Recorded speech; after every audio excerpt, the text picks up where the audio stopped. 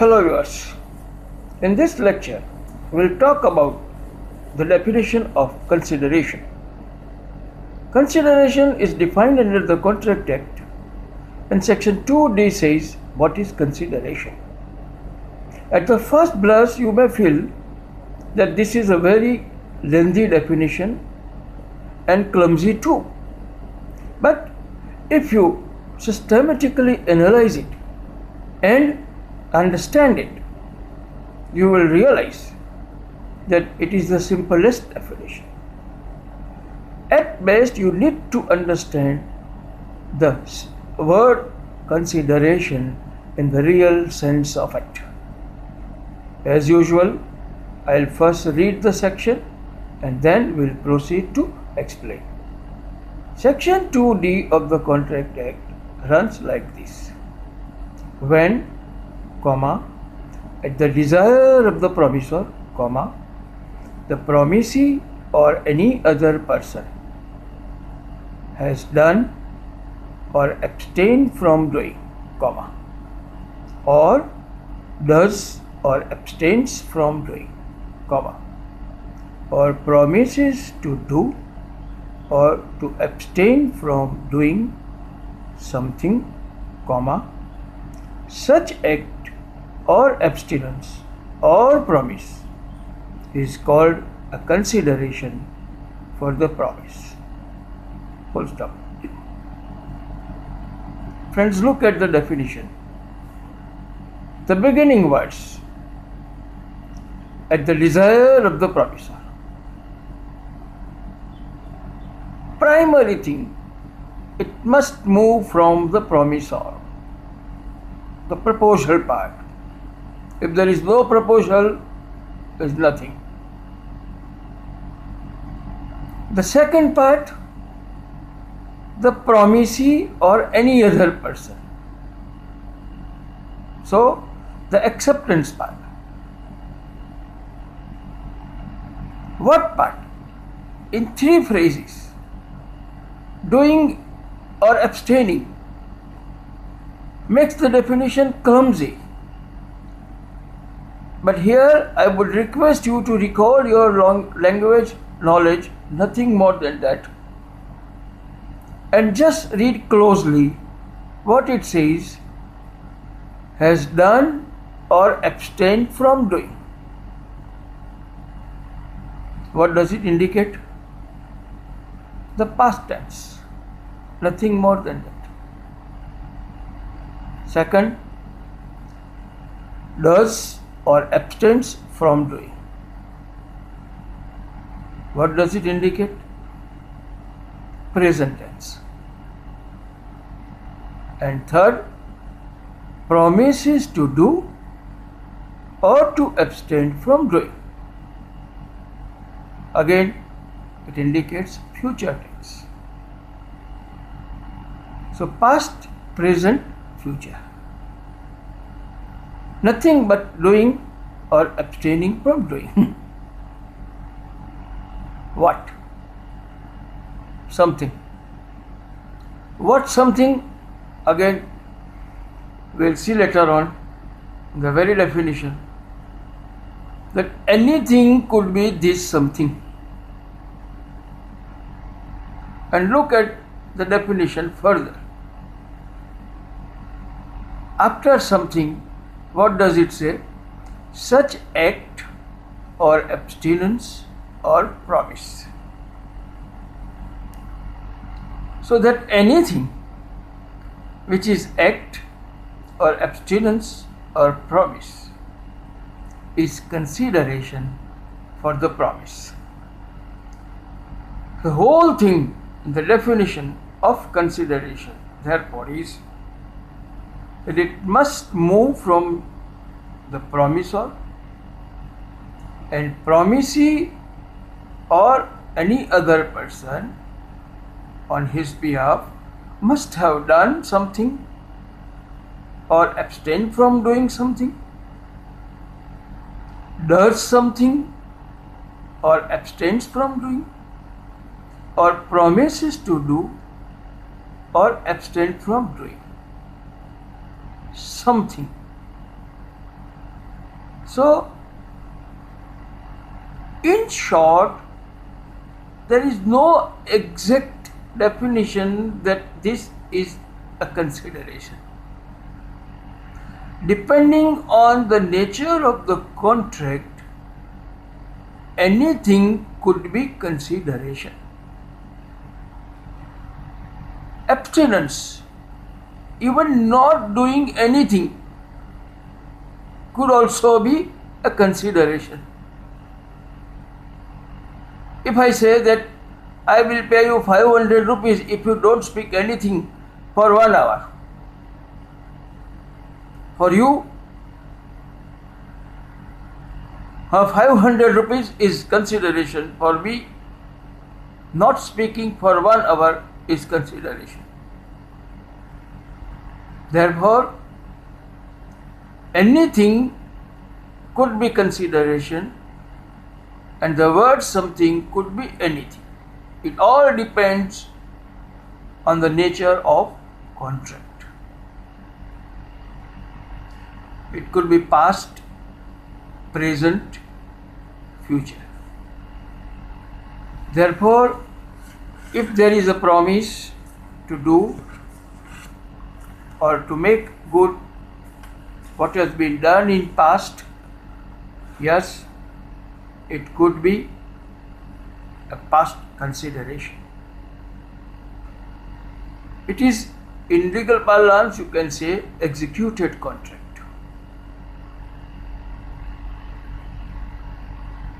Usual transactions of sale and purchase across the counter, does something or abstains from doing something, making payment and buying the article, present, and promising to do in future, or abstaining from doing something.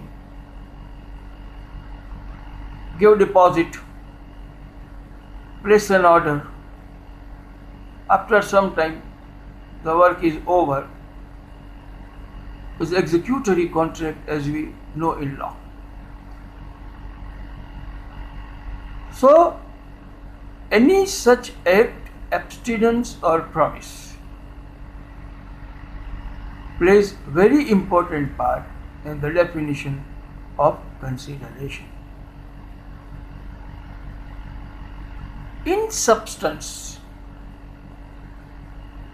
what is incorporated in this section is, and what is known as in law, quid pro quo. I will tell the spelling. Q-U-I-D, quid pro, P-R-O-Q-U-O. Quid pro quo, which in simple parlance means something in return. What do I get? मेरा क्या? What is mine? That is consideration. Therefore, there must be something in return for doing or not doing anything. If it is voluntary, mind well, it is not recognized in law. Why? Because voluntary promise is what we call in law is nudum pactum. I'll speak the spelling. N-U-D-U-M, nudum pactum, P-A-C-T-U-M. Naked promise, bare promise, without consideration. And we'll see later on that agreement without consideration is void. So, it has to be something and not voluntary.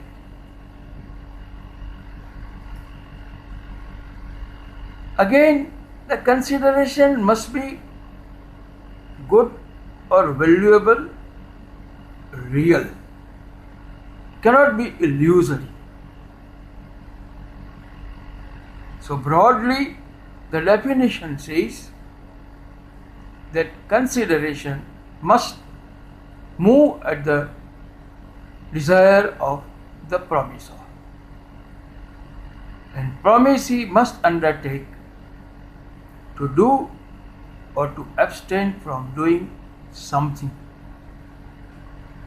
and such act, abstinence or promise, is called consideration. Now, I will request you to recall the definition under section 10, which says all agreements are contracts if they are made by the free consent of the parties competent to contract for a lawful consideration and with a lawful object. Pausing here for a moment. When we talk of the definition of the word consideration, section 10, which says enforceable agreement, speaks of lawful consideration. The adjective lawful is added. In section 2D, we do not find the word lawful. So what is lawful consideration? Again, for that matter, we have to go to section 23 of the Contract Act. I'll read first the section and then we'll proceed. Section 23 of the Contract Act runs like this. The consideration or object of an agreement is lawful, comma, unless it is forbidden by law, semicolon, or is of such a nature that if permitted, it would defeat the provisions of any law, semicolon, or is fraudulent, semicolon, or involves or implies injury to the person or property of another, semicolon, or the court regards it as immoral or opposed to public policy. Full stop. In each of these cases, the consideration or object of an agreement is said to be unlawful. Full stop. Every agreement of which the object or consideration is unlawful is void. Full stop. Friends, pausing here for a moment, let us go to the beginning of the definition. And section says the consideration or object of an agreement is lawful. Look at the positivism of law. Everyone is competent to contract. All agreements are contracts. Consideration is lawful. So law here takes care. This is a permissive law. Mind well. The law of contract is permissive or enabling act. It enables you to enter into contract. Law wants that more and more people enter into contract freely. Therefore, it gives maximum freedom to the parties to the contract. In the same way, it also says that consideration, except these enumerated circumstances, is lawful. Something could be anything, any act, abstinence, promise could be consideration. Consideration would be lawful unless it falls in any of the enumerated categories. Which are those? First one is if the consideration is forbidden by law. If law forbids anything, I would just simply say the illegal cohabitation. Law forbids it. And if the consideration is illegal cohabitation, the consideration would be unlawful. Second situation is that consideration is of such a nature that if permitted, it will defeat the provisions of any law. If you promise to do something or abstain from doing something which would violate the provision of law. Suppose some act puts a restriction on some transfer, like transfer of immovable property. Let us take example of property in disturbed areas, and the act relating to the transfer of disturbed properties says that you need to take permission of the collector before effecting the transfer. Now, the consideration is such which prevents you from taking this permission.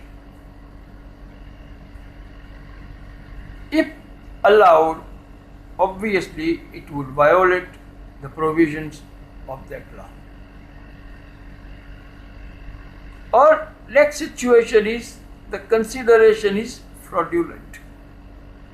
Fraudulent I have already explained you earlier. I will repeat again. When it is with an intention to defeat or deny the rights of creditors. If the consideration is the denial or defeat of the rights, it would be fraudulent. Or is of such a nature that it involves or implies injury to the person or property of another, causing any damage in any terms to any person or property, and making payment for that act.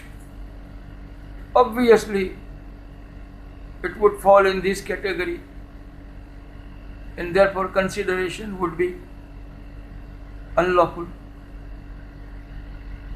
And lastly, the court regards it as immoral or opposed to public policy.